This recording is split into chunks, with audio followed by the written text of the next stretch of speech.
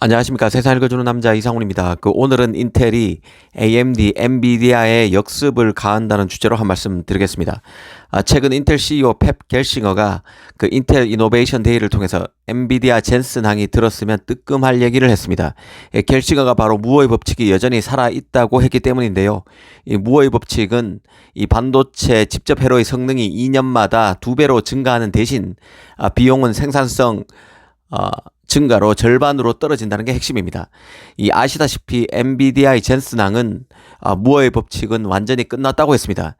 비슷한 비용으로 2배의 성능을 기대하는 건 옛말이 됐다고도 했었습니다. 결국 젠슨항이 무어의 법칙을 소환한 것은 이번에 나오는 차세대 GPU인 RTX 40 시리즈의 가격이 비싸다는 점을 비화하기 위한 발언이었다는 말이 나왔었죠. 그런데 겔싱어는 달랐습니다. 겔싱어는 보통 한 노드 적용에 2년이 걸리지만 우리는 4년간 5개 공정 적용을 목표로 하고 있다며 예정대로 진행 중이라고 자신감을 보였습니다. 그러면서 차기 CPU와 GPU의 가격도 경쟁사 대비 저렴하다는 점을 강조했습니다. 여기서 먼저 인텔의 CPU 로드맵을 한번 다시 보겠습니다. 현재 인텔의 12세대 CPU는 엘더레이크, 13세대는 랩터레이크, 14세대는 미티어레이크입니다. 12세대와 13세대인 엘더레이크, 랩터레이크는 과거 인텔 로드 명칭으로 TSMC 삼성의 7나노와 흡사한 10나노 슈퍼핀 공정에서 조금 더 업그레이드된 인텔 7 공정을 적용한 것입니다. 그러니까 엘더레이크, 랩터레이크 공이 다 인텔 7 공정으로 만드는 CPU입니다. 두 CPU 모두 DDR5를 지원합니다. 눈에 띄는 특징은 엘더레이크가 인텔 CPU 중에 최초로 하이브리드 코어를 채택했는데요.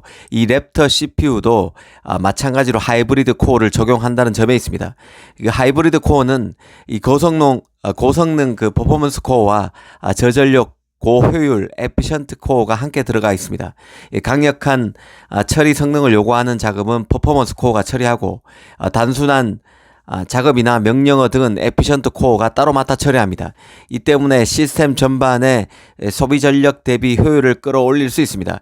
이런 CPU는 이미 스마트폰에 들어가 있는 ARM 기반 AP의 빅리틀이란 구조로 적용되어 있는데 인텔이 이걸 자신의 CPU에 적용했다고 보시면 됩니다. 이 하이브리드 코어 때문에 인텔은 원가를 낮출 수 있었습니다.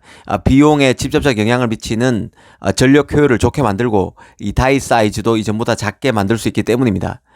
인텔 랩터레이크의 가장 큰 특징은 엘더레이크, 이전 세대인 엘더레이크와 같은 인텔 7 공정으로 제조됐지만 이 코어 숫자와 캐시 메모리 용량을 늘리고 최대 클럭을 높여서 성능을 높였다는 점이 있습니다. 그러면서도 가격은 저렴합니다. 랩터 CPU는 캐시 메모리 용량을 대폭 늘리고 코어 숫자도 늘리고 클럭도 높인 덕에 아키텍처나 제조 공정의 변화 없이도 싱글 스레드 기준 15%, 멀티 스레드 기준 40% 정도 더 개선됐습니다.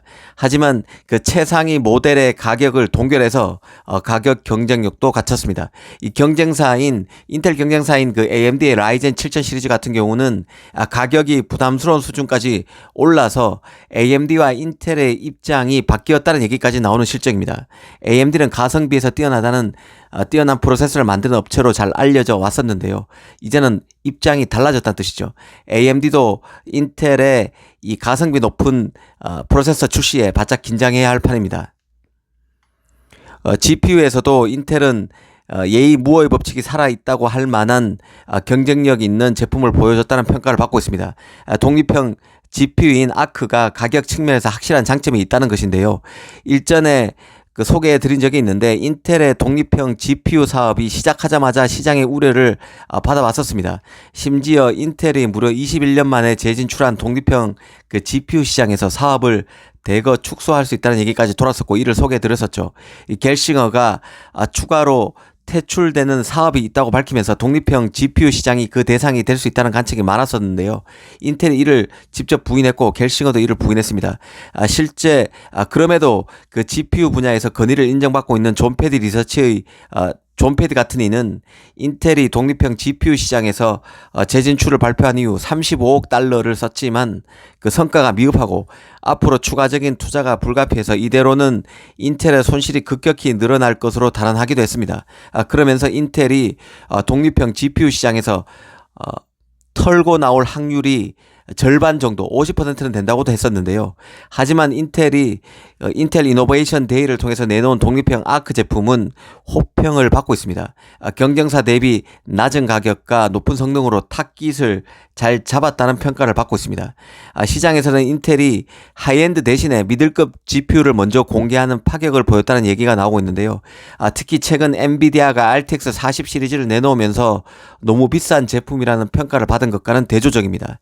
이 갤시건은 실제로 최근 그 GPU의 가격 상승이 도드라지고 있다면서 인텔이 이런 문제점을 해결하겠다며 엔비디아와 AMD를 직격하기도 했습니다. 사실 인텔은 무어의 법칙을 최선두에서 관철해 왔던 기업입니다. 하지만 미세공정 경쟁에서 뒤지면서 인텔은 무어의 법칙을 다시 꺼내기 힘든 처지로 전락했다고 여겨졌는데요. 이번에 예상과는 다른 발언을 갤싱어가 내놓고 실제로 저렴하고 성능이 뛰어난 제품을 선보였습니다. 어찌 보면 그 가격 경쟁력을 전면에 내세운 인텔은 기술에서 뒤지기 시작한 인텔이 자신의 위상을 지키기 위한 일종의 고육책과 같은 측면이 있는 게 사실입니다. 하지만 CPU 분야에서 특히 그 GPU 부분에서 엔비디아가 그리고 CPU 부분에서는 AMD가 경기 침체기에 비싼 제품을 들고 나오면서 인텔의 이번 전략이 새롭게 조명받고 있는 것도 사실입니다. 이 갈수록 첨예해지는 CPU와 GPU 경쟁에서 인텔이 어떤 결과를 내놓게 될지 흥미로운 관전 포인트라는 생각입니다. 감사합니다.